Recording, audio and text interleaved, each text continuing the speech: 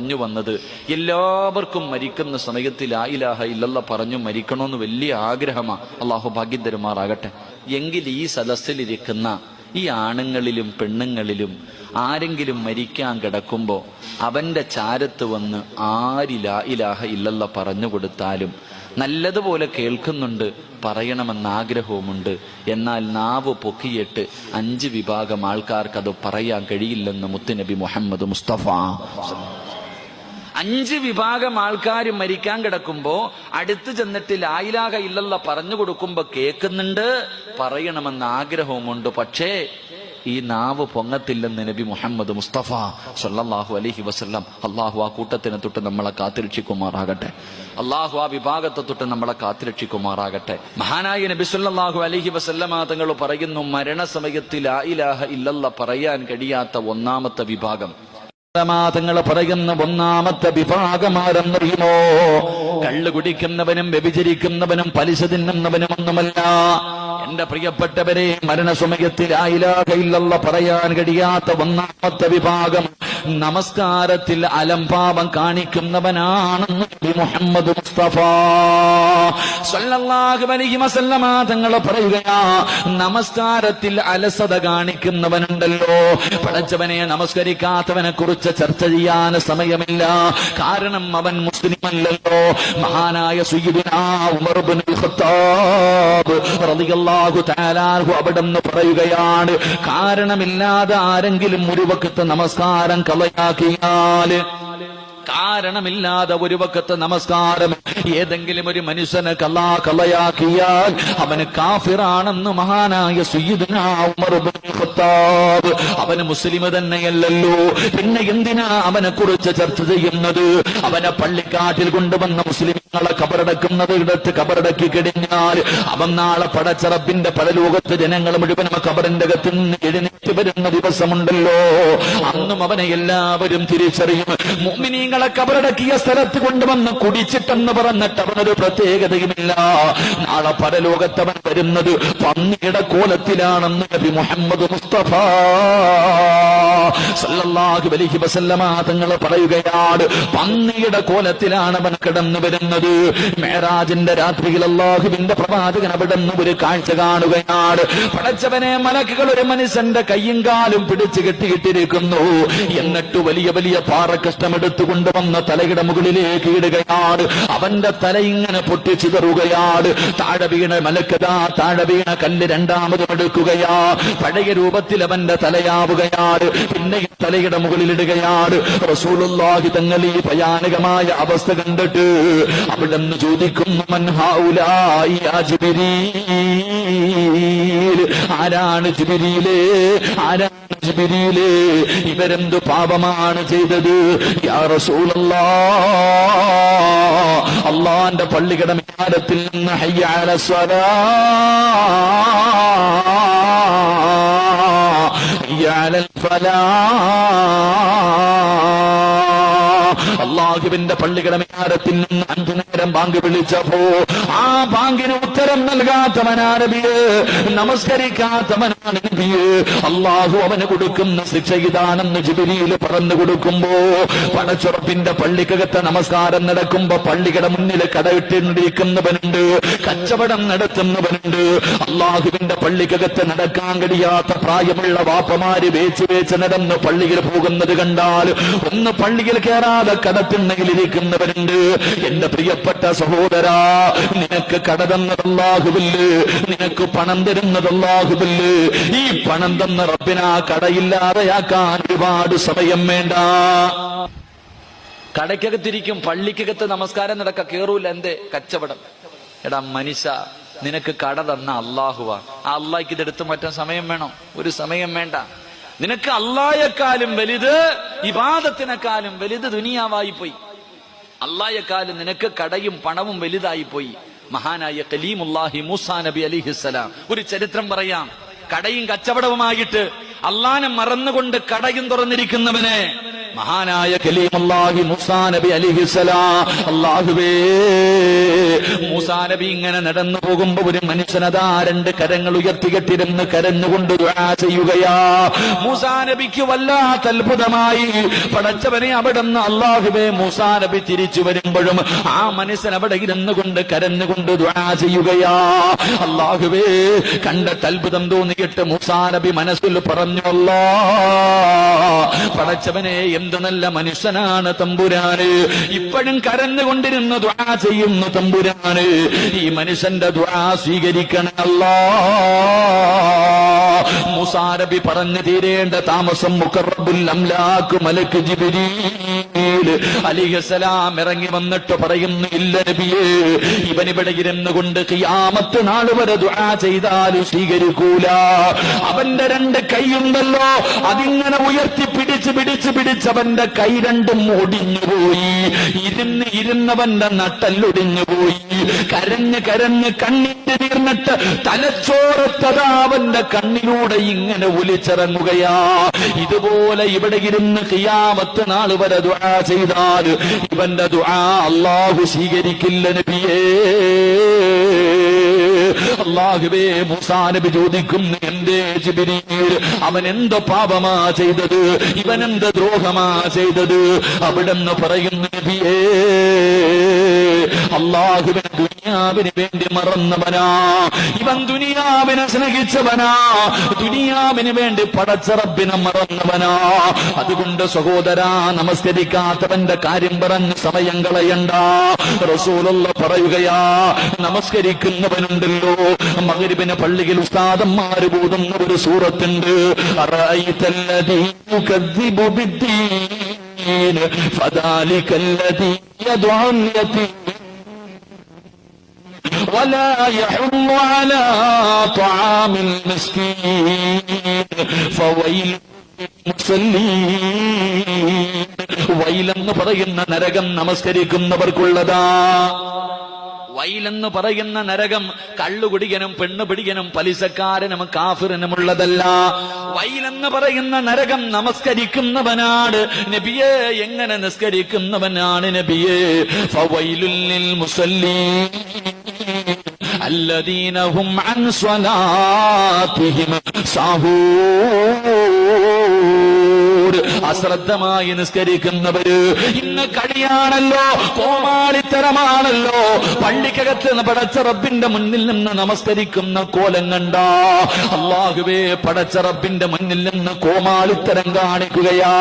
എന്റെ പ്രിയപ്പെട്ട മുസ്ലിമേ, മഹാനായ നബി മുഹമ്മദ് മുസ്തഫ സല്ലല്ലാഹു അലൈഹി വസല്ലമ തങ്ങള് 1400 വർഷങ്ങൾക്ക് മുമ്പ് മസ്ജിദ് നബവിക്കകത്തിരുന്നൊരു മനുഷ്യൻ നമസ്കരിക്കുകയാണ്.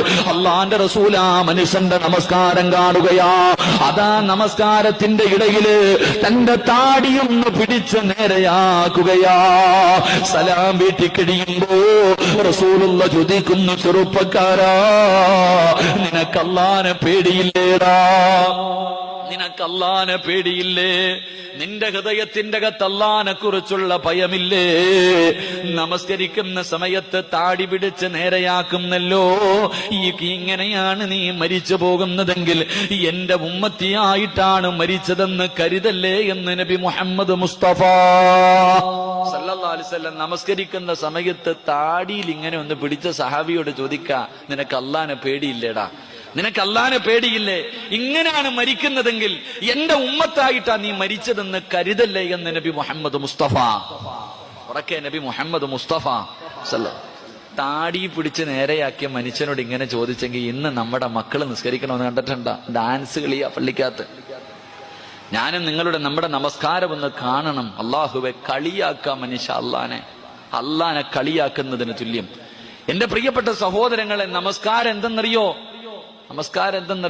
എടാ ഒരു മനുഷ്യൻ ഒരു വക്കത്ത് നമസ്കരിച്ചിട്ട് ഇറങ്ങുമ്പോ ഒന്നി സ്വർഗത്തില് അല്ലെങ്കിൽ നരകത്തിലാണെന്ന് നബി മുഹമ്മദ് മുസ്തഫ. ഇതപ്പം അടുത്തോ നബി മുഹമ്മദ് മുസ്തഫ. ഞാൻ പറഞ്ഞില്ലേ, വഅലായിട്ട് കാണണ്ട, ക്ലാസ് ആയിട്ട് കരുതിയാ മതി എന്ന് ആദ്യം പറഞ്ഞില്ലേ. ഒരു വക്കത്ത് നമസ്കാരം മതി മനുഷ്യ സ്വർഗത്തിൽ പോകാൻ. 100 കോടിയൊന്നും വേണ്ട. ജീവിതത്തിലെ ഒറ്റ വക്കത്ത് നിസ്കാരം മതി സ്വർഗത്തിൽ പോകാൻ. അള്ളാഹു ഭാഗ്യം തരുമാറാകട്ടെ. ഒരു വക്കത്ത് ഇന്ന് ളുഹറിന് ബാങ്ക് വിളിക്കും, നിങ്ങളൊക്കെ പള്ളിക്കകത്ത് കയറിയിട്ട് നിസ്കരിക്കുമ്പോ ഒന്നീ സ്വർഗത്തിന്റെ മുന്നിൽ നിന്റെ പേര്, അല്ലെങ്കിൽ നരകത്തിന്റെ മുന്നിൽ നിന്റെ പേര് എഴുതി വെക്കപ്പെടുമെന്ന് നബി മുഹമ്മദ് മുസ്തഫ. ഉറക്കെ നബി മുഹമ്മദ് മുസ്തഫ. ഒന്നീ നിസ്കരിച്ചിറങ്ങുമോ നീ സ്വർഗത്തിലാ അല്ലെങ്കിൽ നരകത്തിലാ.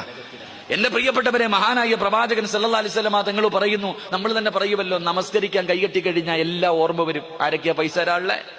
മറന്നു വെച്ച സാധനം എവിടെ ഇരിക്കണേ? എല്ലാം ഓർമ്മ വരും. കാരണമെന്തേ? അള്ളാഹുവിന്റെ പ്രവാചകൻ പെട്ടെന്ന് പറയുകയാ, ഒരു മനുഷ്യൻ നമസ്കരിക്കുന്നതിന് വേണ്ടി കൈകെട്ടിക്കഴിഞ്ഞ അവന്റെ വലതുഭാഗത്തൊരു മലക്ക് നിൽക്കുകയാണ്, ഇടതുഭാഗത്ത് ഇബ്ലീസ് നിൽക്കുകയാണ്. അതാ മനുഷ്യന് കൈകെട്ടിക്കഴിയുമ്പോ ഇബ്ലീസ് ചെവിയിൽ പഴയ കാര്യങ്ങൾ മുഴുവനും പറഞ്ഞു തരികയാ, മറന്നുപോയ കാര്യങ്ങൾ മുഴുവനും പറഞ്ഞു തരികയാ. അവൻ നമ്മുടെ ശ്രദ്ധ തിരിക്കുകയാണ്. ആ സമയത്ത് വലതുഭാഗത്ത് നിൽക്കുന്ന മലക്ക് പറയുന്ന, മനുഷ്യ, നീ നിൽക്കുന്നത് അല്ലാഹുവിന്റെ മുന്നിലാടാ. ഈ പ്രപഞ്ചം മുഴുവൻ ഇടയ്ക്ക് ഭരിക്കുന്ന രാജാതിരാജനായ മലിക്കുൽ ജബ്ബാറായ സർവാധിനാഥനായ സർവാധിപരനായ അല്ലാഹുവിന്റെ റബ്ബുൽ ഇസ്സത്തിന്റെ മുന്നിലാണ് നീ നിൽക്കുന്നത്. ഈ പിഴച്ചവൻ പറയുന്നത് നീ കേൾക്കല്ലേ, ഭയഭക്തിയോടുകൂടി നിസ്കരിക്കടാ. മലക്ക് വലതുഭാഗത്ത് നിന്നിട്ട് ചെവിക്കകത്ത് പറഞ്ഞു വരികയാ, എന്റെ പ്രിയമുള്ളവരെ, നമസ്കാരം എന്ന് പറഞ്ഞാൽ അത് അല്ലാഹുവുമായിട്ടുള്ള ഒരു മുനാജാത്താണല്ലോ. അല്ലാഹുവിനെ ഒരു മറയുമില്ലാതെ കണ്ണിന്റെ മുന്നിൽ അല്ലാഹു വന്ന് നിൽക്കുന്ന സമയമാണല്ലോ. എന്റെ സഹോദരാ, മഹാനായ അനസ് റളിയല്ലാഹു തആല അൻഹു പറയുന്നുണ്ട്, ഇന്ന് ചെറുപ്പക്കാര് റുകൂഇലും സുജൂദിലും കാക്ക കുത്തുന്നത് പോലെ സമയമില്ലല്ലോ, ഒന്ന് തലകുത്തി വീണിട്ട് എഴുന്നേറ്റ് ഓടുകയാ. മോനെ, ഒരുപാട് നേരം സുജൂദിൽ കിടക്കണമടാ, ഒരുപാട് നേരം അല്ലാഹുവിന്റെ മുന്നിൽ സുജൂദിൽ കിടക്കണം. പ്രതിഫലം എന്തെന്നറിയുമോ? ഒരു മനുഷ്യൻ ചെയ്ത പാപങ്ങൾ മുഴുവനും തലയുടെ മുകളിൽ വന്നിരിക്കുന്ന സമയമാ. സുജൂദിൽ കിടക്കുമ്പോ എല്ലാ പാപങ്ങളും അവന്റെ തലയുടെ മുകളിൽ വന്നിരിക്കുകയാണ്. ബദാം മരത്തിൽ നിന്ന് ഉണക്കയില പൊടിഞ്ഞു വീഴുന്നത് പോലെ അല്ലാഹുവിന്റെ മുന്നിൽ സുജൂദിൽ കിടക്കുമ്പോ അവന്റെ പാപം പൊടിഞ്ഞു വീഴുമെന്ന് നബി മുഹമ്മദ് മുസ്തഫ സല്ലല്ലാഹു അലൈഹി വസല്ലമ തങ്ങൾ പറയുകയാ. സുജൂദിൽ കിടക്കുമ്പോ പാപം ഇങ്ങനെ പൊടിഞ്ഞു വീഴുകയാ. പടച്ചവനെ, അവസാനം നമസ്കാരം നല്ല രീതിയിൽ മലക്ക് പറയുന്ന രീതിയിൽ നമസ്കരിച്ച നമസ്കാരം കഴിയുമ്പോ മലക്ക് പറയുന്നു, എടാ ഭാഗ്യമാനേ, അല്ലാഹുവിന്റെ തൃപ്തി ലഭിച്ചവനെ, നിന്റെ പേര് സ്വർഗത്തിന്റെ മുന്നിൽ എഴുതി വെച്ചിട്ടുണ്ട്. അല്ലാഹു അനുഗ്രഹിച്ചവനാണല്ലോ, അല്ലാഹു അനുഗ്രഹിച്ചവനാണല്ലോ. എടാ, നിന്റെ പാപം മുഴുവനും അല്ലാഹു പുറത്തു തന്നിരിക്കുകയാ. ഉമ്മ പ്രസവിച്ച കുഞ്ഞിനെ പോലെ ഇറങ്ങിപ്പോക്കോ. ദുഹർ നമസ്കാരം കഴിഞ്ഞ് പള്ളിയിൽ നിന്ന് ഇറങ്ങുന്ന ഒരു മനുഷ്യനോട് മലക്ക് പറയുകയാ, ഒരൊറ്റ പാപം പോലും നിന്റെ ജീവിതത്തില്ലടാ, എല്ലാ പാപങ്ങളും അല്ലാഹു പുറത്തിരിക്കുകയാ. ഈ പോകുന്ന വഴിയിലെങ്ങ് മരിച്ചാ നിനക്ക് സ്വർഗമാണ്. കെട്ടിപ്പിടിച്ചിട്ട് മലക്ക് പള്ളിയിൽ നിന്ന് പറഞ്ഞു വിടുകയാ. പക്ഷേ നമസ്കാരത്തിൽ കളിക്കുന്നവനെ മലക്ക് പറയുന്നു, എടാ ശപിക്കപ്പെട്ടവര്, എടാ നഷ്ടവാളി, എടാ നശിച്ചു പോയവര്, അല്ലാഹുവേ സ്വർഗം കളഞ്ഞല്ലോടാ. ഒറ്റ നമസ്കാരം മതിയായിരുന്ന സ്വർഗത്തിൽ പോകാ, എല്ലാം നീ പാഴാക്കി കളഞ്ഞല്ലോ. നിന്റെ പേര് നരകത്തിന്റെ മുന്നിൽ എഴുതി വെച്ചിട്ടുണ്ട്. നഷ്ടവാളിയാടാ, ഇന്ന് മരിച്ചുപോയാ അടുത്ത വക്കത്തിന് മുമ്പ് നീ മരിച്ച നരകത്തിലാടാ. അവിടെന്ന് മലക്ക് പറയുമെന്ന് പ്രവാചകം പറയുമ്പോ, എന്റെ പ്രിയമുള്ളവരെ, ഒരേ ഒരു വക്കത്ത് നമസ്കാരം മതി പടച്ച റബ്ബിന്റെ സ്വർഗത്തിൽ പോകാ. എങ്ങനെയാ നിസ്കരിക്കേണ്ടതെന്നറിയുമോ? നമ്മുടെ നമസ്കരിക്കുന്നത് പോലെയല്ല. യഥാർത്ഥത്തിൽ നമസ്കാരം എന്ന് പറഞ്ഞാൽ എന്തെന്നറിയുമോ? എങ്ങനെയാ നമസ്കരിക്കേണ്ടതെന്നറിയുമോ? മഹാനായ ഉർവ റളിയല്ലാഹു തആല അൻഹുവിന്റെ കാലിന്റെ വിരൽ പഴുക്കുകയാണ്. കാലിന്റെ വിരൽ പഴുക്കുകയാ. അല്ലാഹുവേ, വൈദ്യന്മാര് പറഞ്ഞ് വിരൽ മുറിച്ചു മാറ്റണം, ഇല്ലെങ്കിൽ പഴുപ്പ് മുകളിലേക്ക് കയറാൻ സാധ്യതയുണ്ട്. ഉർവതങ്ങളെ സമ്മതിച്ചില്ല. കാല് മുഴുവനും കാൽപ്പത്തി മുഴുവനും പഴുപ്പാവുകയാണ്. അപ്പോഴും വൈദ്യന്മാര് പറഞ്ഞ് മുറിച്ചു മാറ്റണം, ഉർവതങ്ങളെ സമ്മതിച്ചില്ല. കാലിന്റെ പഴുപ്പതാ മുകളിലേക്ക് കയറുകയാണ്. പടച്ചവനെ, അവസാനം വൈദ്യന്മാര് പറഞ്ഞു, ഇനിയും മുറിച്ചു മാറ്റിയില്ലെങ്കിൽ ആ പഴുപ്പ് മുകൾ മുട്ടിന്റെ മുകളിലേക്ക് കയറണം, പിന്നെ അരവെച്ച് മുറിക്കേണ്ടി വരും. ഉർവതങ്ങൾ അവസാന കാല് മുറിക്കുന്നതിന് വേണ്ടി സമ്മതിക്കുകയാണ്. വൈദ്യന്മാര് മുഴുവനും പടച്ചവനെ കാല് മുറിക്കുന്ന വേണ്ടി കടന്നു വന്നു. ഒരു ഗ്ലാസിന്റെ അകത്ത് കുറച്ച് കള്ള് കൊണ്ടുവന്നിട്ട് ഉർവ റളിയല്ലാഹു തആല അൻഹുവിന്റെ കയ്യിൽ കൊടുക്കുകയാ. എന്നിട്ട് പറഞ്ഞു, ഉർവതങ്ങള് ഈ കള്ള് കുടിക്കണം. ഉർവതങ്ങള് എന്തിനാണെന്ന് ചോദിക്കുമ്പോ അവിടെന്ന് പറഞ്ഞ് കാല് മുറിക്കുന്ന സമയത്ത് വേദന അറിയാതിരിക്കാനാ. ഉർവതങ്ങള് കരഞ്ഞുകൊണ്ട് ചോദിക്കുകയാ, വേദന അറിയാതിരിക്കാൻ കാല് മുറിക്കേണ്ട ആവശ്യമില്ലല്ലോ, നിങ്ങൾക്ക് എന്റെ കാലല്ലേ മുറിക്കേണ്ടത്, അതിനെന്തിനാ കള്ളു കുടിക്കുന്നത്? ഞാനൊന്ന് നമസ്കരിക്കുന്നതിന് വേണ്ടി കൈകെട്ടാ, ഞാൻ നമസ്കാരത്തിലേക്ക് പ്രവേശിച്ചു കഴിഞ്ഞാ നിങ്ങളെ കൊണ്ട് കഴിയുമെങ്കിൽ നിങ്ങൾ എന്റെ കാല് മുറിച്ചു മാറ്റിക്കോ. മഹാനായ ഉർവ റളിയല്ലാഹു തആല അൻഹു അവിടെ നിന്ന് ഉദുവെടുത്തിട്ട് നമസ്കരിക്കുന്നതിന് വേണ്ടി കൈകെട്ടുകയാണ്. വജ്ഹതു വജ്ഹിലില്ലദീ ഫതറ സമാവാതി വൽ അർദ്. അല്ലാഹുവിനോട് പറഞ്ഞു, എന്റെ ജീവിതവും എന്റെ ചലനവും എന്റെ പ്രവർത്തനവും എന്റെ ശ്വാസവും എല്ലാം നിനക്ക് വേണ്ടിയാണെന്ന് പടച്ച റബ്ബിനോട് പറഞ്ഞിട്ട് അവിടെ നിന്ന് ഫാത്തിഹ ഓതുകയാ. അവിടെ നിന്ന് ഫാത്തിഹ ഓതി കഴിയുമ്പോ ഉർവ റളിയല്ലാഹു തആല അൻഹു നമസ്കാരം തുടങ്ങി കഴിയുമ്പോ വൈദ്യന്മാരവിടത്തെ കാല് മുറിക്കുകയാ. ഒരു മരുന്നും കൊടുക്കാതെ, ഒരു മരവിപ്പിക്കലും നടത്താതെ, ഒരു മയക്കവും നടത്താതെ ഒരു പച്ചയായ മനുഷ്യന്റെ കാല് ജീവനോടെ വെട്ടിമുറിക്കുകയാ. സുബ്ഹാനല്ലാഹ്. ഉർവ റളിയല്ലാഹു തആല അൻഹു അറിഞ്ഞില്ല, അവിടത്തെ കാല് വെട്ടിമുറിക്കുന്ന വേദന അറിഞ്ഞില്ല. കാരണം നിൽക്കുന്നത് അല്ലാഹുവിന്റെ മുന്നിലാ, ഞാൻ നിൽക്കുന്നത് പടച്ച റബ്ബിന്റെ മുന്നിലാ. കാല് മുറിച്ചു മാറ്റുന്ന വേദന അറിഞ്ഞില്ല. അവസാനം രക്തം നിൽക്കാതെ ഒലിക്കുകയാണ്. പടച്ചവൻ അവിടെ നിന്ന് രക്തം ഇങ്ങനെ മുറിച്ച കാലിലൂടെ ഒലിക്കുമ്പോ സൈത്തണ്ണ തിളപ്പിക്കുകയാ. എന്നിട്ട് തിളപ്പിച്ച എണ്ണ കാലിലേക്ക് മുക്കുകയാ. സുബ്ഹാനല്ലാഹ്. തിളച്ച എണ്ണ കാലിന്റെ അകത്ത് മുക്കുമ്പോ ഉർവ റളിയല്ലാഹു തആല അൻഹു പിടഞ്ഞ് താഴെ വീഴുകയാണ്. അവിടുത്തെ ബോധമങ്ങ് നഷ്ടപ്പെടുകയാ. രക്തമിങ്ങനെ പോയിട്ട് അവിടെ നിന്ന് തളർന്നു വീണു. വൈദ്യന്മാര് വല്ലാത്ത പ്രയാസത്തിലാണ്. അല്ലാഹുവേ, കാല് മുറിച്ചു മാറ്റിയല്ലോ. ആരാ പറയുന്നത്? എങ്ങനെയാ പറയുന്നത്? എല്ലാവരും വിഷമിച്ചുകൊണ്ട് നിൽക്കുന്ന സമയത്ത് അല്ലാഹു മറ്റൊരു പരീക്ഷണം കൊടുക്കുകയാണ്. തന്റെ മക്കളിൽ ഏറ്റവും ചെറിയ മകനുണ്ടല്ലോ, കുതിരയുടെ ചവിട്ട് കൊണ്ടിട്ട് മരണപ്പെടുകയാ. കാലും പോയി, ഇളയ മകനും മരിച്ചു. വൈദ്യന്മാര് എന്ത് പറയണമെന്നറിയാതെ വിഷമിച്ചു നിൽക്കുകയാണ്. ഉർവ റളിയല്ലാഹു തആല അൻഹുവിന് ബോധം തിരിച്ചു വന്നു. വൈദ്യന്മാര് പറഞ്ഞു, തങ്ങള് മക്കളിൽ ഏറ്റവും ചെറിയ മകനുണ്ടല്ലോ, കുതിരയുടെ ചവിട്ടുകൊണ്ട് മരണപ്പെട്ടിരിക്കുകയാണ്.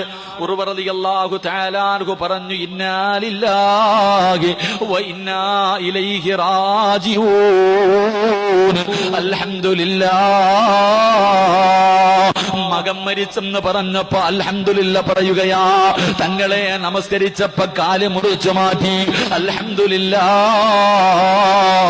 മകൻ മരിച്ചപ്പോ അൽഹംദുലില്ലാഹ് പറഞ്ഞത് എന്തിനാണെന്ന് ചോദിക്കുമ്പോ ഉർവതങ്ങൾ പറഞ്ഞു, ഒരു മകനല്ലേ പോയുള്ളൂ, ബാക്കിയുള്ള മക്കൾ അല്ലാഹു എനിക്ക് ആയുസ്സോടുകൂടി തന്നല്ലോ, അതുകൊണ്ട് അൽഹംദുലില്ലാഹ്. രണ്ട് കാല് തന്നിട്ട് ഒരെണ്ണമല്ലേ അല്ലാഹു എടുത്തുള്ളൂ, ഒരെണ്ണം എനിക്ക് അല്ലാഹു ബാക്കി തന്നല്ലോ, അൽഹംദുലില്ലാഹ്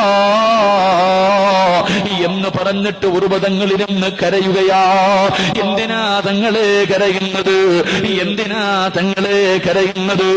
ഉർവതങ്ങൾ പറയുന്നു, ഒരുപാട് നേരം എനിക്ക് നിസ്കരിക്കാൻ കഴിയില്ലല്ലോ അല്ലാഹ്, ഒരു കാലല്ലേ ഉള്ളൂ, ഒരുപാട് നേരം എനിക്ക് അല്ലാഹുവിന്റെ മുന്നിൽ നിൽക്കാൻ കഴിയില്ലല്ലോ എന്ന് പറഞ്ഞുകൊണ്ട് കരഞ്ഞെന്ന ചരിത്രം പറയുമ്പോ വാപ്പായി 50 കൊല്ലം 40 കൊല്ലം 30 കൊല്ലം 20 കൊല്ലം പടച്ചവനെ കൊണ്ടതാ കൊല്ലങ്ങൾ കൊണ്ട് നിസ്കരിക്കുന്ന വാപ്പമാരോട് ഉമ്മമാരോട് നിന്റെ ജീവിതത്തിൽ ഒരിക്കലെങ്കിലും നീ ഇതുപോലെ നിസ്കരിച്ചിട്ടുണ്ടോ? ഉർവതങ്ങളുടെ കാല് മുറിച്ചു മാറ്റിയിട്ടറിഞ്ഞിട്ടില്ല. നിന്നെ ഒരു കൊതുക് വന്ന് കടിച്ചാ ഞാനും നിങ്ങളും അറിയുന്നവരാണല്ലോ. ഇങ്ങനെ നിസ്കരിക്കുന്ന മനുഷ്യന് സ്വർഗമുണ്ട്. അല്ലാഹു ജീവിതത്തിൽ ഒരിക്കലെങ്കിലും ഇതുപോലെ നിസ്കരിക്കാൻ ഭാഗ്യം നൽകി അനുഗ്രഹിക്കുമാറാകട്ടെ.